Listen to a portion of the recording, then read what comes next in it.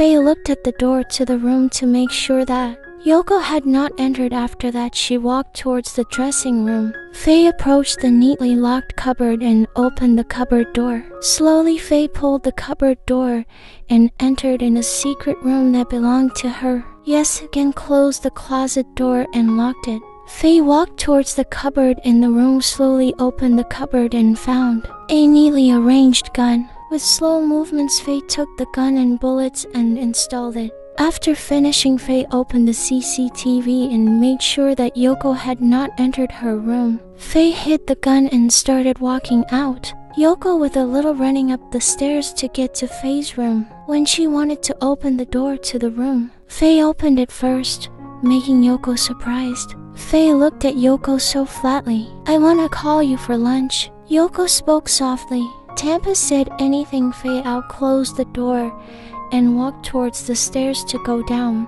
Yoko followed Faye from behind. Both of them walked towards the dining table where Angfa was already there. Yoko began to prepare food for Faye. Angfa, who saw it, staring at Faye full of confusion. The three of them ate quietly. "Tonight I can't see you. I'm going to my friend Marissa's birthday party." Angfa sent a message to Charlotte, after which she stepped up and entered the room. Faye and Yoko had already entered. Faye stepped into the study, while Yoko picked up her cell phone and read the incoming message from Ice. She replied, "The three of them are already on their way to the venue. Marion seems to have rented the building." Faye looked at Yoko's appearance, which was so beautiful wearing a black dress. She took a quick look and then refocused on her cell phone. Angfa read Charlotte's reply asking for the address where they held the party. He quickly replied. After replying to the message from Charlotte, Angfa put down his cell phone.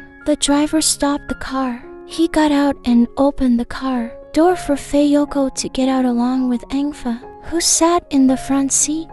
The three of them started to get in. A person who was assigned to show guests where the venue was approached the three of them and drove them to the venue. "Hey." Marissa approached FayeYoko and Angfa, hugged Faye briefly and then hugged Angfa and Yoko. Yoko noticed Marissa's appearance wearing a bright red dress. The three of them headed for the table that had been provided.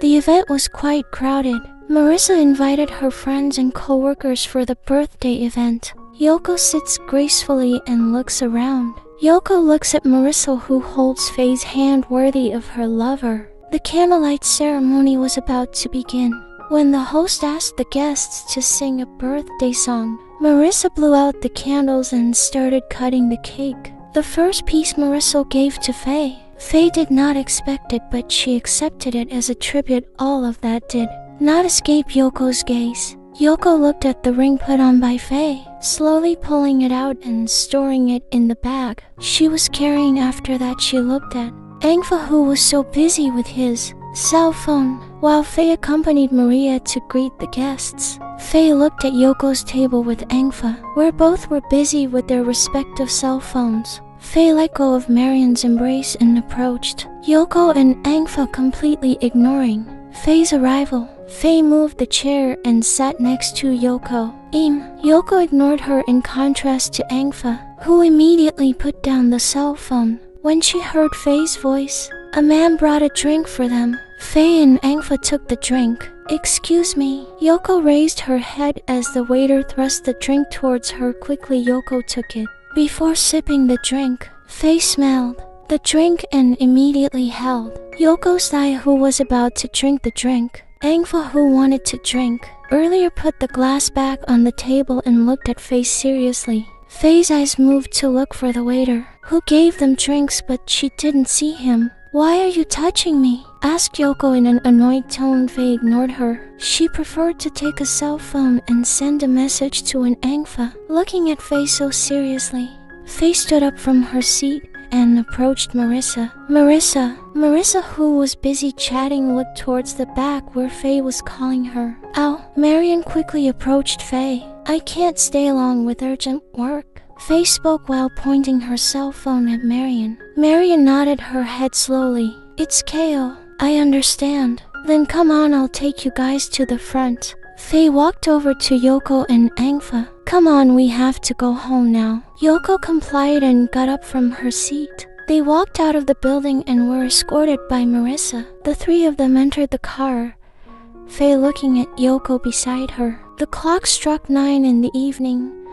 The driver died and they drove home. What did you smell in the drink earlier? Angfa sent a message to Faye. The two of them could not chat directly because there was Yoko. Drugs. Bella Faye briefly. Angfa immediately popped her cell phone when she read a message from Faye. Faye is certainly very familiar with that smell even though it's not her who made it. But she has smelled it for a long time. What else is mixed into drinks like that? Even if she didn't consume it, Faye was a dealer and she knew it was drugs. She would find out who did this to them. A waiter called Charlotte and said that the mission had failed. Charlotte breathed heavily as to how she was going to tell Lux that their plan had failed. Faye and Yoko entered the room. Why did you ask them to move my things to your room? Yoko asked Faye. Faye looked at Yoko. What's wrong with you? Faye asked Yoko again, stomping her foot and walking towards the dressing room. Faye followed Yoko from behind. Where's your ring? Yoko turned and stared at Faye, looking at her ringless hand. It's gone. Yoko replied shortly. I don't want to argue. Where's the ring? I put it in my bag. I didn't tell you to take it off because you took the ring off? Faye asked in a cold tone. Why do you think I took it off? Yoko asked again.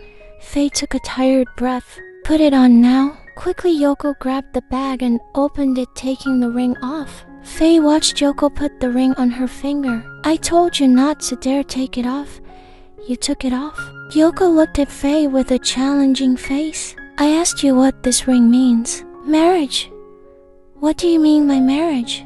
Forbidding me to do what I want while You're on a roll. Now, why don't you accept that? If you just want to do what Mommy and Didi say, then I don't need to forbid me to get close to anyone. I told you not to control me, and you forgot they adopted you to marry me. So whatever I do is my business, including marrying you. Yoko swallowed angrily. Faye came out of the room and left. Yoko flung the bag she was holding to catch her worsening breath. Yoko followed out of the room and stepped down. Seeing the house so quiet, Yoko went back upstairs to the room. Faye and Angfa returned home when they heard the news that Marissa was currently at the police station because she received a report of holding a drug message. Angfa and Faye share the task of Anka will help Marissa, while Faye has to go to the building because the waiter was arrested. She chose the wrong friend. Angfa spoke as she read the message from Faye's Tom telling her that the waitress was in the warehouse. Angfa entered the police station and found Marissa there. Not long after that, the police came and took care of everything. Faye entered the warehouse with a long scarcity. Where did you lock up the 2 policemen yesterday? Faye asked the men guarding the door. Over here. Faye did not come closer. She just glanced at the room the men were pointing to. Then where's that man? Faye's men quickly opened the door, which was not far from Faye's entrance. The men were tied up and sat on the floor. Laya approached and crowed at the man's face. Who ordered you? Faye asked in a low tone. The man didn't want to answer. Don't you have a mouth? Who told you to put drugs in my drink? The man really didn't want to answer. One kick through the man far enough for him to whimper in pain. Get him down here. Faye ordered the men to drag the man closer to her. This is the last question. Who gave you the order? The Priya slowly raised her head and looked at Faye, who was staring at her with a very flat face, but there was emotion in it. See, Charlotte, the man answered honestly. He was one of Lux's men who was ordered by Charlotte to launch her action but failed, and ended up in Faye's hands. Around 12 p.m. Faye Barrow arrived. After turning off the car, Faye got out. Walking with long strides, Faye entered. Faye approached the sofa where Angfa was waiting for her. Angfa stood up as Faye threw the bag she was carrying. I warned you. Why couldn't you follow what I said? Angfa could see the anger on Faye's face. You know all this, Yulakekasi, damn you. If not, we will end tonight. Hearing Faye's words, Angfa realized that if this was Charlotte's doing, Angfa was just silent. Stay away from her if you don't. You see what I'll do to her, don't test my patience. After saying that, Faye returned to her bag and chose to go up to the room. Angfa grabbed her hair roughly. Damn.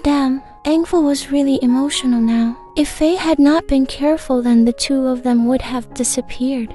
Fortunately, the two of them did not drink, and they went home before the police arrived. Angfa caught her breath, which was getting worse. She chose to go to her room and try to think of a way out. Faye approached the bed, softly kissed Yoko on the forehead, then grabbed her black coat and left the room. Angfa waited for Faye outside. Tonight they were going to meet someone. Angfa, who saw Faye come down, swallowed nervously. Either he still felt uncomfortable with the look on Faye's face. The two of them got out of the house and headed for the car. Angfa took to driving, the clock already showing 1 o'clock at night.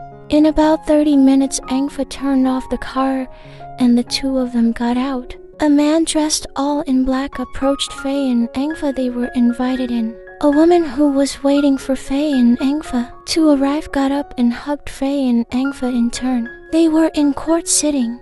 We haven't met Malisorn for a long time. Faye looked at the woman in front of her with a flat stare, and was Thailand's biggest drug boss and illegal arms dealer. She looked at Faye with grace while Faye looked at her with a flat face. How's it going?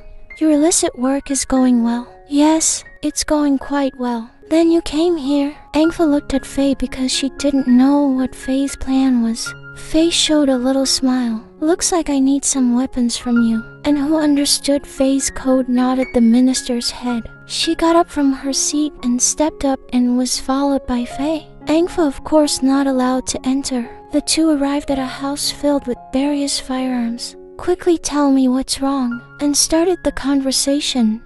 Faye looked at Anne. Looks back at me and smiled widely. She exhaled and looked at the neatly arranged firearms. You're afraid to fight him. He's trying to find your weakness. Faye was silent, not wanting to answer Anne's question. You take it easy, I promised you I would help you. How are your efforts to find out the perpetrators of your aunt and uncle's accident coming along? Faye was silent and patted Faye's shoulder lightly. He might not be far from you. I hope from now on you stop trusting people around you. Faye looked at Anne seriously. What about the Angfa? He also has a firearm. He has his own base. And just nodded her head in understanding. He comes to see me often. And gave Faye one of her best guns and left Faye in the room. Faye saw the gun and walked away. Anne and Faye are biological cousins. Both fell into the dark world because of something that made them do this. Faye came to Angfa. Angfa looked at the gun held by Faye. Ow! What about the little woman who was adopted by Auntie? What is she healthy? In your hands? Anne asked Yoko to Faye as they sat back down. Faye nodded her head slowly. I haven't seen her in a very long time. Faye just stared at her cousin talking. In this month I need 15 tons of drugs. Faye and Angfa glanced at each other. For the transaction I have prepared the place. You two don't have to think about it. After feeling that the affairs of the two of them were finished, Faye and Angfa chose to go home. The clock was already showing 3 a.m. Angfa looked at Faye. Why don't you ask me for a weapon? Are you starting not to trust me? Angfa asked Faye when the two of them were on their way home and died at the security and because they were surprised that the two of them were far away just to get weapons. No, tomorrow is the day of Annie's death. Anne's mom, so I went to see her. This has become a habit if she gives me a weapon. Angfa was just silent. There was no conversation between the two. Both of them until Faye and Angfa came down. Faye quickly walked up and headed for the room. Opening the door quietly, Faye entered to find Yoko, who was still sleeping soundly. Quickly heading to the bathroom to clean herself up. After that, go to the bed and lie down next to Yoko. Yoko opened her eyes, making the two of them stare at each other. Yoko wanted to turn over, but Faye held her back and took Yoko in her arms. Yoko couldn't resist Faye's embrace. It was too comfortable for her and she fell back asleep. Lux stared at Charlotte with a cold stare, hearing the report that his second plan failed. miserably made him want to get angry. Where is she? Lux asked his men who were ordered by Charlotte last night. She disappeared after reporting to me that the police had arrived at the place. Lux sighed tiredly. He thought that it would be very easy to fight against Faye. You make sure that she won't open her mouth if this is your plan. Charlotte quickly alerted the chief minister. Charlotte again contacted that man, but again her cell phone was off. Lux, who saw that, was even more infuriated. Quickly tell them to track her whereabouts. Lux's men, who were standing not far from them, quickly left Lux's room. Can't this be the day we meet? Charlotte sent a message to Engfa. There was no reply or message read, making Charlotte wary. If Engfa had found out that she was the cause. Yoko looked at Faye's face, who was still asleep. The clock had already struck 8 a.m. This afternoon I have class. Why isn't she awake yet? Yoko was upset. Yes, it was impossible to ask Engfa to drive her. Yoko waited for Faye to wake up, but Faye never opened her eyes. Faye. Yoko called Faye softly. Yoko got up from the bed and prepared to leave, but Faye's big hands pulled her back and hugged Yoko so tightly. Let go, I can't breathe. Faye didn't care, pulling back the blanket and covering both of their bodies. Shut up or I'll rape you right here. Yoko immediately closed her lips when she heard Faye's words, but she let go of her hand, thinking how could Faye harass her when they were both women. While Sepri, you're drunk. How could you do that to me? Yoko asked in a sarcastic tone as Faye loosened the hug a little. You want me to point my weapon? Yoko frowned, getting confused after not hearing Yoko's voice. Faye hugged Yoko tightly again. Engfa smiled at Charlotte as the two were currently having lunch together at the restaurant. How was your show last night? Charlotte asked Engfa. Engfa put down the glass she had been holding and looked at Charlotte gently. It was a bit uneventful. There was an incident that almost hit us. Really? Charlotte made a surprised face. Engfa nodded her head slowly. Someone put something in our drinks, but it was the wrong person, so we didn't drink it. Charlotte swallowed nervously as Engfa's cell phone rang and displayed Faye's name. I'll take a call first. Charlotte let Engfa get up and walked away from her. Engfa answered the call from Faye. You're seeing her again? Faye asked in a flat tone. We just had lunch. You're really testing me, Engfa. Remember, my patience is running out. Go home, I have an assignment for you. Engfa moistened her suddenly dry lips when Faye turned off the unilateral call. She walked back to Charlotte. I think I need to go home. I have some work to do. Charlotte got up from her seat. We haven't finished eating. Where are you going? I can't finish the meal. I have to go. Without waiting for Charlotte to speak, the Engfa had already left. Charlotte closed her eyes. All was chaos. The men she had commanded last night were found lifeless, and now the police are investigating who did it. Charlotte looked at her cell phone, which was ringing rapidly, and picked it up. What's wrong? Lux called Charlotte. Did you give her drugs in return last night? Lux asked Charlotte in a cold tone. Charlotte was confused. You know, she didn't die by suicide. She died by overdose. How many drugs did you give her so that she could overdose? Lux asked Charlotte coldly. Charlotte grabbed her hair, upset why things were like this. You be prepared, the police will meet you. After saying that, Lux turned off her call. Faye gave the data to Engfa. I warned you last night, but this afternoon you met her. Engfa was silent, and Faye and Engfa were currently in Faye's room. After taking Yoko to campus, Faye went straight to the office. What do you want to tell me? Do you want me to get rid of Charlotte by force?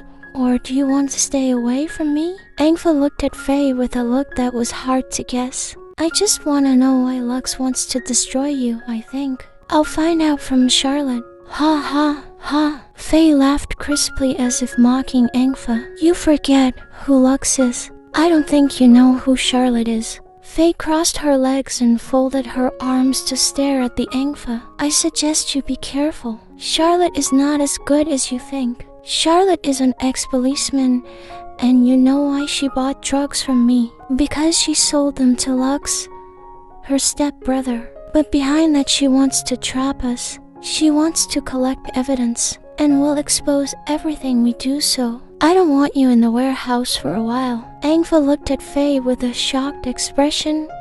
Faye looked at Angfa with a flat look. Lux wants to take my place, but until now he can't get rid of me. While Charlotte, he wants to trap Lux. There should be enough evidence, but he wants a lot of evidence because he knows that the position is very easy to pay. So he wants to find out himself, so I warn you again. Be careful. Angfa was speechless hearing Faye's words when Charlotte was summoned by the police. Look at you, after leaving the police you became a drug addict. How much did you give to that man? Charlotte looked up at the police chief interrogating her. I didn't do that. I don't even know that man. The police chief closed his eyes as it was clear. There was a photo of Charlotte giving the man a package. Charlotte was confused as to why the police were so quick to get evidence. I don't want to deal with you. If you don't feel guilty, you'll have to pay a fine. Charlotte looked at the lazy police chief and would rather be paid. Tampa thought as much. Charlotte paid the fine as the police wanted her to. The police falsified the news about the man's death by drinking excessive alcohol and resulting in a heart attack and death. Charlotte, who read the news, laughed with satisfaction. Angfa, reading the news, looked at Faye in the rumor that the man died from excessive drug consumption, but the police quickly changed the news. Did you do it? Angfa showed the news she read to Faye. Faye just read and then focused on her cell phone again. I briefly wanted to imprison Charlotte until I thought you'd be heartbroken.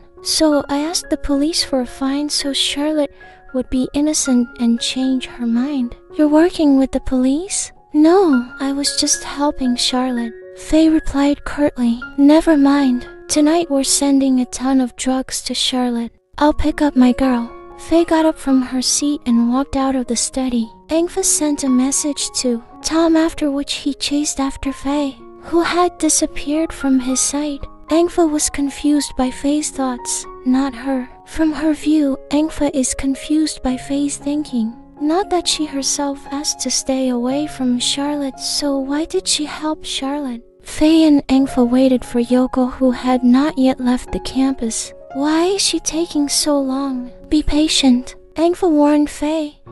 Not long after, Yoko came out with ice. Before parting, the two hugged. Because tomorrow was a holiday, so surely the two would not meet. Angfa looked at Faye, who was looking at Yoko with a sharp look.